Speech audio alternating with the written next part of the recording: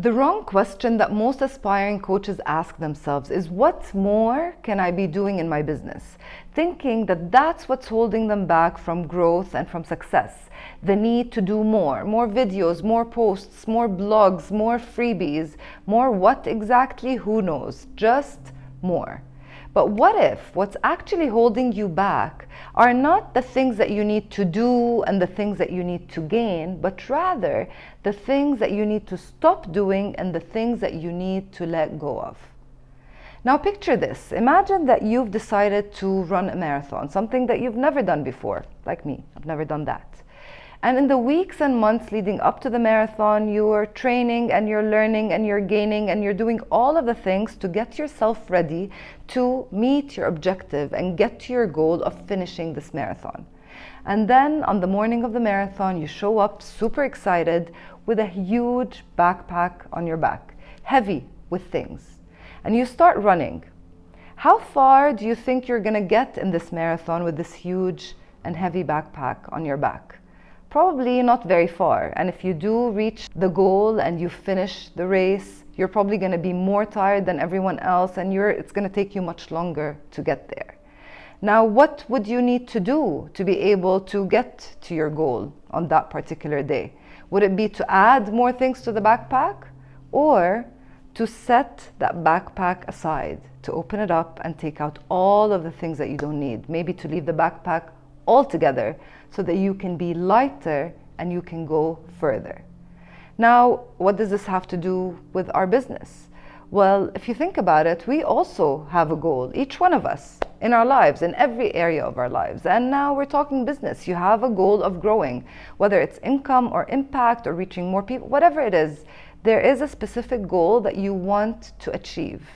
And probably most of your time right now is spent on gaining, on learning new things and wondering, what more do I need to do? Which platform do I need to join now? Who else do I need to talk to? And just wondering what more actions I need to take in order to get to my goal. But what if, like when you ran the marathon, what's actually slowing you down is the fact that you're carrying so many things that you think you might need that are actually holding you back, weighing you down and slowing you down. I realized that I was holding myself back so much for years in my business without realizing it. And for years, I spent time figuring out what letting go of things is just as important as gaining things. And in today's video, I'm going to share with you 4 of the things that I had to let go of that I really recommend you let go of early on from the beginning, so that you're lighter and that you can go further. Hi, I'm Muna. Welcome back to my channel. If you're new here, make sure you subscribe to get notified every Tuesday when I release a new video. And even if you've been here before and you forgot to subscribe, because we do, maybe I'll give you a second to do that now. It helps me out a lot. Let's start with the first thing that you need to let go of, and that is perfectionism. Now, I know this is your business, this is your reputation, this is your personal brand, this is your voice. It has to be perfect, right? But let me remind you that perfect literally doesn't exist, especially when it comes to creating something new. And you, my friend, are a creator. You're creating something that never existed before, which means that there's no mold that you need to replicate perfectly. There's nothing for you to copy perfectly. You're creating something that never existed before.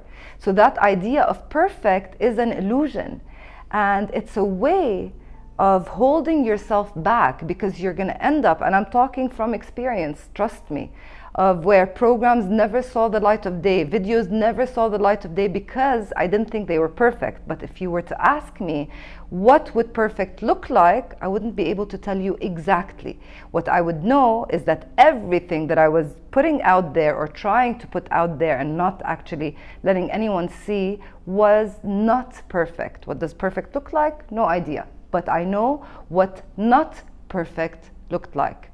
And that is one way that you hold yourself back, and you end up working day in, day out, trying to create that perfection that doesn't exist, and you end up doing nothing at all. So this is one of the first things that you absolutely have to let go of, and to realize that you're only gonna get better with time. So yes, there will be progress, but it's never ever gonna be perfect. Because who decides what's perfect anyway? What's perfect to you might not be perfect to your clients or to your audience. You can go to a restaurant and you and I have the exact same meal, and you say this was the perfect meal, and for me I'd be like, not so much, not my thing.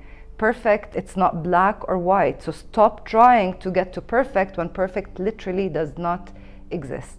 The second thing that you need to let go of is self-doubt and that imposter syndrome that shows up in your life, especially when you're creating new things. Now, let's start off by first acknowledging that this feeling, the self-doubt and self-questioning and that imposter that keeps showing up is not limited to us, just normal people. I love following and reading biographies and following the stories and the success stories of inspiring people. One of the people that I absolutely love is Oprah, one of the most famous women in the world. And in a recent interview, she talked about the imposter syndrome, and she talked about that voice in her head that would tell her that she's not good enough, and who am I to talk about this thing? Can you imagine that she also feels this way? So I hope what it gave me, that interview and many other interviews and biographies that I read, is this feeling that there's nothing wrong with me for feeling this way. Now, there are ways to deal with the imposter and to get rid of, not get rid of it completely, but to lower that volume on that imposter when it starts talking to us. And I've shared that in, I think, 1 or 2 videos here on the channel, which I'll link up in somewhere that you can go back and watch. But let me kind of briefly tell you 2 ways that have helped me. I don't want to say completely let go of self-doubt, but to feel so much more confident in what I'm offering to the world. The first thing is the realization that when we are experiencing self-doubt, when we are hearing that imposter talk to us, what is it saying? It's saying things like, who am I to do this? Nobody's gonna listen to me. I need to learn more. And if you hear the common thread in all of these sentences and all of these thoughts, is the focus on the self, the focus on us. Who am I? I need me. And in a way, we're putting the spotlight on us, and we're being so self-centered. I don't mean this in a bad way, but we're so self-centered to the extent that we're not looking outside of us, and we're only looking at ourselves and judging ourselves and criticizing ourselves. And what if we can take that spotlight from pointing to us, who am I, and me, and I, and all of these things, and turn the spotlight on the people that we're trying to help? How can I start thinking of them? What do they need? And then I can see what I have that I can help them with. So that's one way to kind of lower the volume on the imposter syndrome. And the second way that I found kind of in the mindset shift that happened with me is the idea that the only way to become confident at something is to be competent at it. I mean, none of us are confident the first time we do something new, and that's normal. But the only way to become confident is to practice so that you can become competent. And then the more competent you are, the more confident you'll become. So it's normal to feel self-doubt, especially in the beginning. And I promise you it gets easier and better with time, but you need to work on this, and you need to recognize that you're carrying this self-doubt in your backpack, and that's slowing you down. Because you might shoot a video and you're so excited about it, and then you watch it and you're like, I don't like my hair there. I don't like, you see my daughter's play stuff over here. The light here is not perfect. I said that word in a wrong, I don't know, I did something wrong. It's not perfect. I'm doubting myself, and you end up slowing yourself down. So this is something that you continuously work on, but the minute you become aware of it, it becomes easier to deal with. The third thing that you need to let go of, and this was a really big one for me, It's the attachment to your client's outcome. So it's this idea that you as a coach are responsible for the results that your clients get.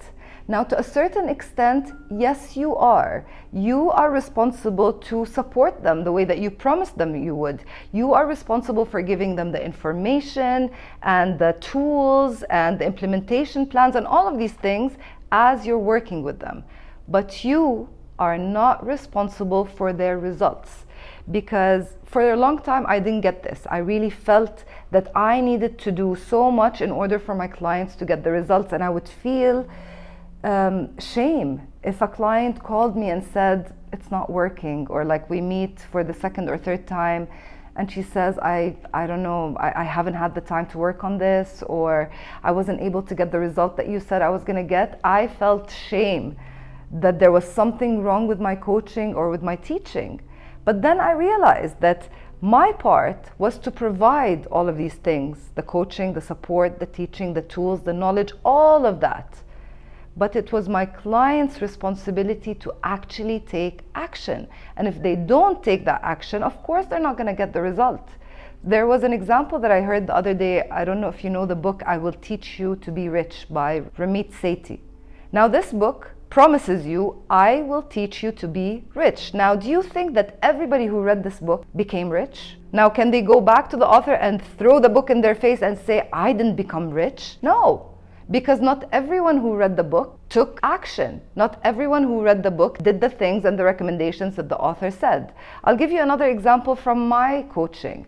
I have a program called How to Get Kids to Listen from the parenting days. And I have a friend who has been really struggling with her kid. And I told her about this course, and she came and bought the course. It's an online course, pre-recorded, whatever.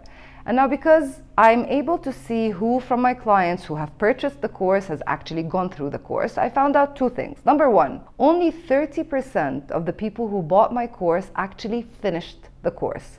I heard that statistic before I created my own course, and I didn't believe it. And I thought, nah, come on. My clients, of course, are going to listen to everything and do everything that I say. And with that, I attached so much responsibility on myself to their outcome. So first of all, only 30% of people who bought the course actually watched the course. So I can't be upset with the 70% who are not getting the results that I promised in my course: to get your kids to listen without punishment, threats, or rewards. That was the title of the course. Now, I went in, the second part, I went in to check where my friend is in that course. And what I saw is that she's only consumed 5%. She only watched the welcome video. Now, I know that she's still struggling with her kid, but she says, or she said, that she's so busy that she doesn't have the time to go through the course, which is only a bunch of short videos with tips and tools that can help you become a calmer parent, whatever. She didn't have the time to go through the course, but yet still has the time to complain about her relationship with her kid and the fact that there's no cooperation in her house and all of these things. Now, I could feel really bad about this. I could feel like, my course didn't do what I said it was going to do. It's my responsibility, and attach that to myself. But instead, what I'm saying is I gave everything that I can in the best way that I can, and the people who did take the course and implement all of the strategies and tools and mindset that I taught them were able to get the results. And those are the people who were the happiest. But it's not my responsibility to convince the other people to actually go through the course. So that's one thing that has taken me a while to be able to let go of, but it's so important. And for you, even if you're just starting out right now, I know you want to get your clients results. And one of the ways is to make sure that they're doing the work and that you're not doing the work for them. We talked about that in a previous video, how to stop over-delivering to your clients so that they can actually become accountable and take action towards their goals. But please detach yourself from the results your client gets or doesn't get. The fourth thing that you need to let go of is bending over backwards for your clients. And I'm talking here again from experience. I remember in the beginning when I became a coach and I wanted to get clients and I was so eager to work with people that I would do anything they asked to accommodate them. So I remember one time a client asked me where I do my coaching, and I told them about this quiet coffee shop next to my house where I used to see most of my clients. And he said that he needed me to go to another mall, which was very far away.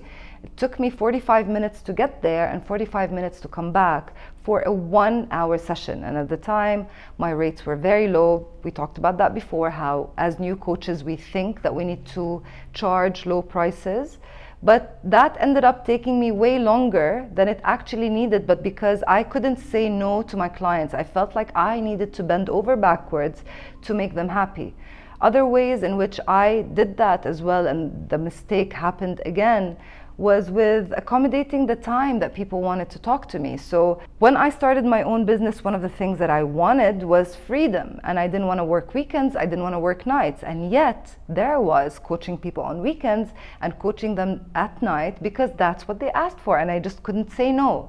I needed these clients and I wanted to work with them, and I couldn't say no, I'm sorry I don't work in the evenings, I'm sorry I don't work on weekends. I would just say yes and yes and yes and yes. The problem with that, if you're doing the same thing, is that you start building resentment towards your clients and you start feeling this negative energy when you're coaching them because you feel like you've given so much. I drove all this way to come to this session and now I'm sitting with you, and part of me is annoyed on the inside. And how good is this coaching session going to be with all of these feelings that I'm holding inside? And if you think about it, it's not their fault. You're the one who accepted that. I remember on one of our trips, my husband and I, he loves to haggle. Haggle is the word, I think, where you go into a store and the person says $10 and you say, no, I'll pay $4.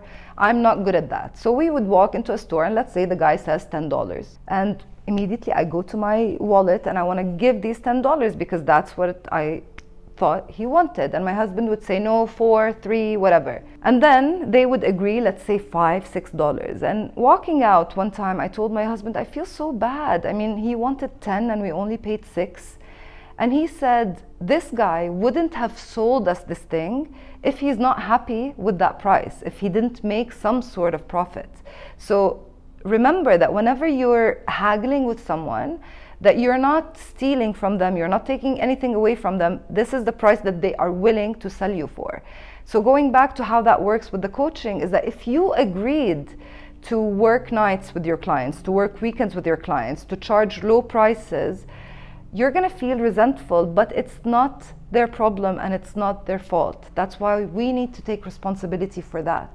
So yes, it's nice to be accommodating and it's nice to try to help your clients and see where you can meet halfway, but don't do things that you genuinely don't want to do. I stopped taking clients on weekends. I want my weekends to be for me and for my family. So even when a client comes and says, I'm sorry, I work 5 days a week, this is the only time that I have, what I tell her is, if you're really invested in this, you can take 1 hour off from work to talk to me, to work with me on this, or maybe it's your lunch break. We can do that. I don't have to work nights just because my clients would like me to, because this ends up hurting us both. So this is the fourth thing that I recommend you let go of as well. Now, before you go, we talked so much about all of the things that we need to let go of. And by the way, there's so much more where that came from. It's not like these are the only 4 things that we need to let go of. So let me know in the comments if you've enjoyed this topic, because I can tell you a lot of other things that have helped me grow my business by simply letting go of. But for things that you need to actually have to grow your business, I sat down a few months ago and I started thinking, like, what are the ingredients that will help every online business grow? The things that have helped me, the things that I've had to learn over the years the hard way, that every online business needs. And I wrote these things down, and I found that there's 8 ingredients. And I started sharing this with some business owners online and some coaches online, and they've loved the simple, short PDF. So if you'd like to know what these 8 ingredients are, you can click on the link underneath this video and receive this free PDF right to your inbox. And now I'll leave you with my favorite quote from one of my coaches, where he says, "Let go to let in." Thank you for your time and for being here, and I'll see you next time.